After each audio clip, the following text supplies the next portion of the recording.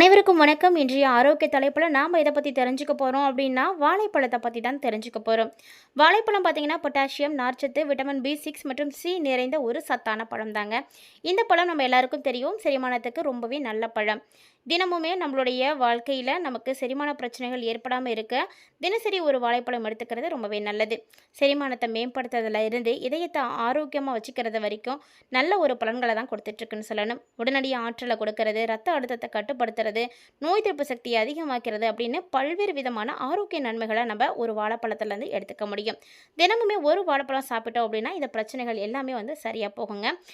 இதயத்தினுடைய ஆரோக்கியம் மற்றும் ரத்த அழுத்தத்துக்கு வாழைப்பழம் ரொம்பவே முக்கியமானதாக காணப்படுது.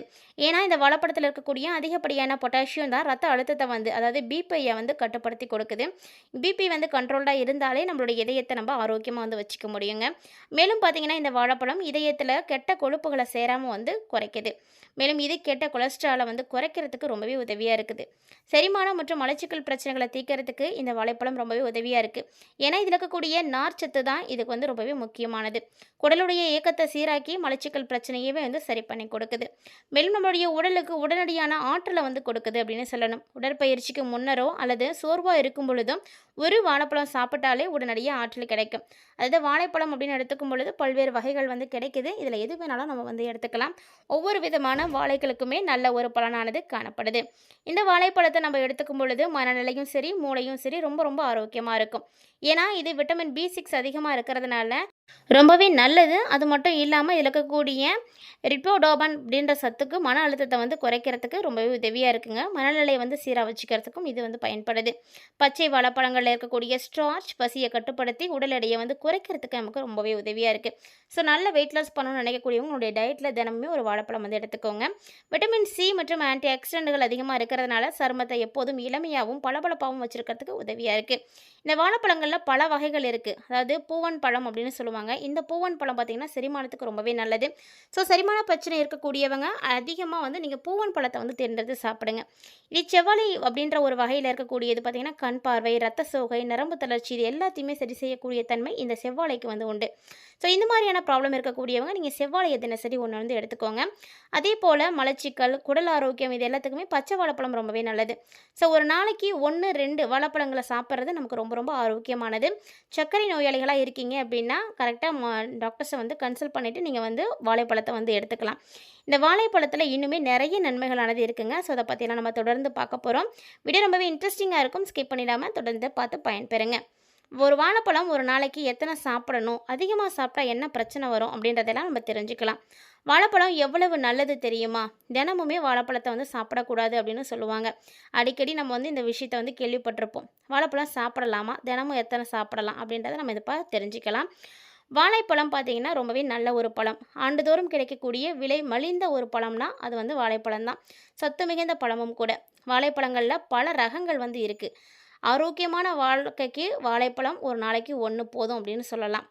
அதாவது அமிர்தம் என்றாலும் அளவோடு தான் சாப்பிடணும் அப்படின்னு சொல்லுவாங்க இல்லையா? அதே மாதிரி வாழைப்பழத்துக்கு அது ரொம்ப ரொம்ப பொருந்துங்க.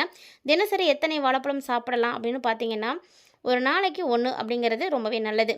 வாழைப்பழம் உலகம் முழுக்க கிடைக்கக்கூடிய ஒரு பழம்தான். ஆரோக்கியமான ஒரு உணவும் கூட. ஸோ வாழைப்பழத்தில் ஆற்றல் அதிகமாக இருக்கும். உடல் எடையை கட்டுக்குள்ளே வைக்கிறதுக்கு உதவியாக இருக்கும். தினசரி நமக்கு தேவையான நார்ச்சத்து இது கிடைக்கும். மேலும் நாள்பட்ட நோயினுடைய அபாயத்தை கூட தடுக்கக்கூடிய வல்லமை வாழைப்பழத்திற்கு உண்டு அப்படின்னு தான் சொல்லணும். இது ரத்தத்தில் இருக்கக்கூடிய அழுத்தத்தை குறைக்கும், தூக்கத்தை கொண்டு வரும். இதில் இருக்கக்கூடிய தாவர கலவைகள் மன அழுத்தம், வீக்கம், நாள்பட்ட நோய் இப்படி எல்லாத்தையும் சரி பண்ணி கொடுக்கும். வாழைப்பழத்தில் பார்த்திங்கன்னா நிறைய சுவை இருக்குது, ஊட்டச்சத்தும் அதிகமாகவே இருக்குன்னு தான் சொல்லணும். மேங்கனீஷியம், பொட்டாசியம், விட்டமின் சி, B6 இது மாதிரி அத்தியாவசிய ஊட்டச்சத்துக்கள் இருக்குது. நடுத்தர அளவிலான 118 கிராம் கொண்ட வாழைப்பழங்களில் இருக்கக்கூடிய ஊட்டச்சத்துக்கள் பார்க்கலாம் வாங்க. வாழைப்பழம் பார்த்திங்கன்னா பெரும்பான்மையான கலோரிகள் கார்போஹைட்ரேட்டில் இருந்து வருது அப்படின்னு சொல்லலாம். இது குறைந்த அளவு புரதம், கொழுப்பை மட்டுமே கொண்டுள்ளது. புரதம் மற்றும் கொழுப்பு இணைந்து வாழைப்பழத்தில் மொத்தமே பார்த்திங்கன்னா கலோரிகளுடைய உள்ளடக்கம் 8% மட்டும்தாங்க இருக்குது. புரதம் நம்மளுடைய உடலில் இருக்கக்கூடிய முக்கியமான கூறு. இது சரியான நோய் எதிர்ப்பு செயல்பாடுன்னு சொல்லுவாங்க.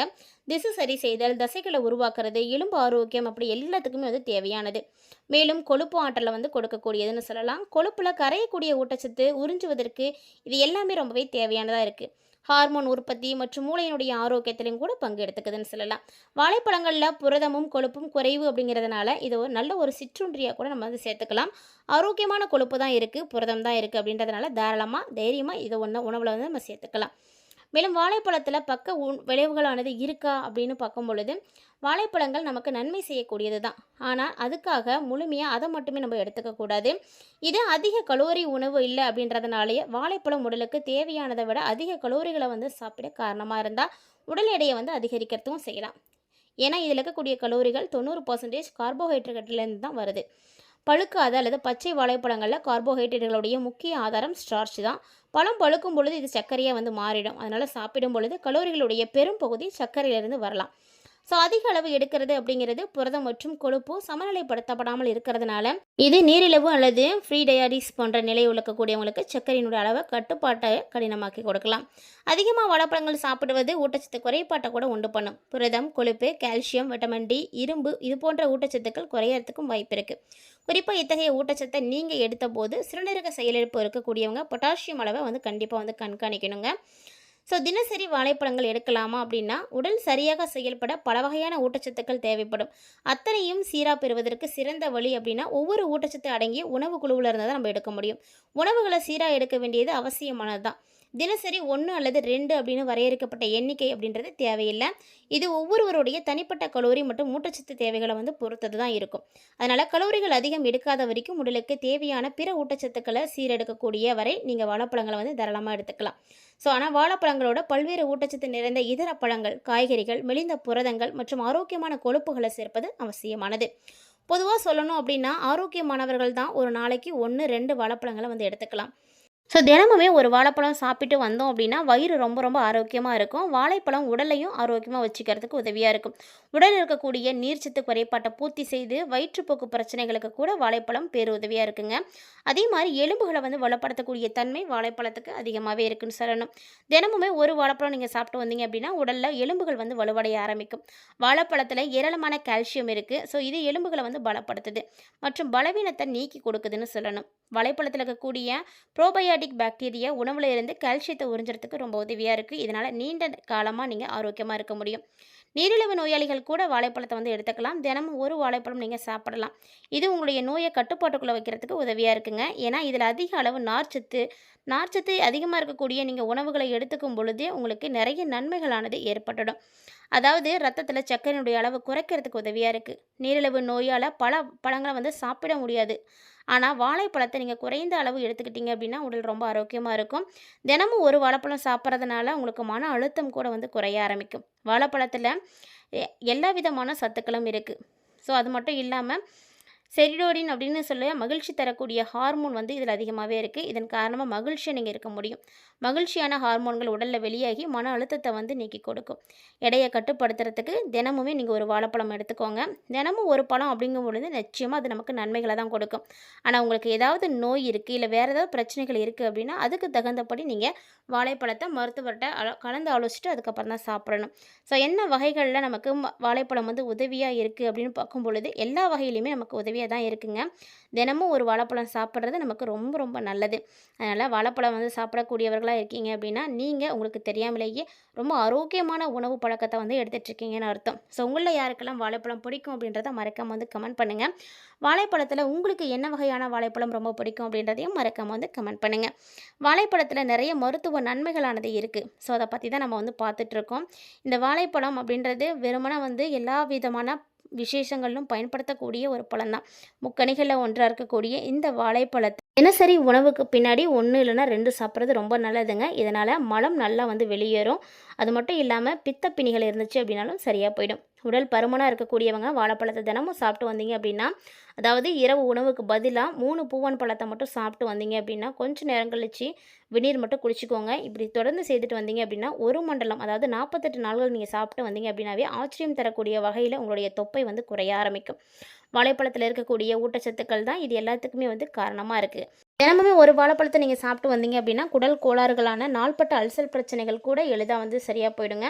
அதிலும் நல்ல கனிந்த பழத்தை சாப்பிட்டீங்க அப்படின்னா புண்ணுடன் கூடிய குடல் அலர்ஜியை கூட வந்து சரி பண்ணிடும். வயிற்றுப்புண் ஏற்பட்டுச்சு அப்படின்னா சரியாக சாப்பிட முடியாமல் தவிக்கிறீங்க அப்படின்னா முறையாக வாழைப்பழத்தை நீங்கள் சாப்பிட்டு வாங்க, எல்லா வயிற்றுப்புண்ணும் சரியாக போயிடும்.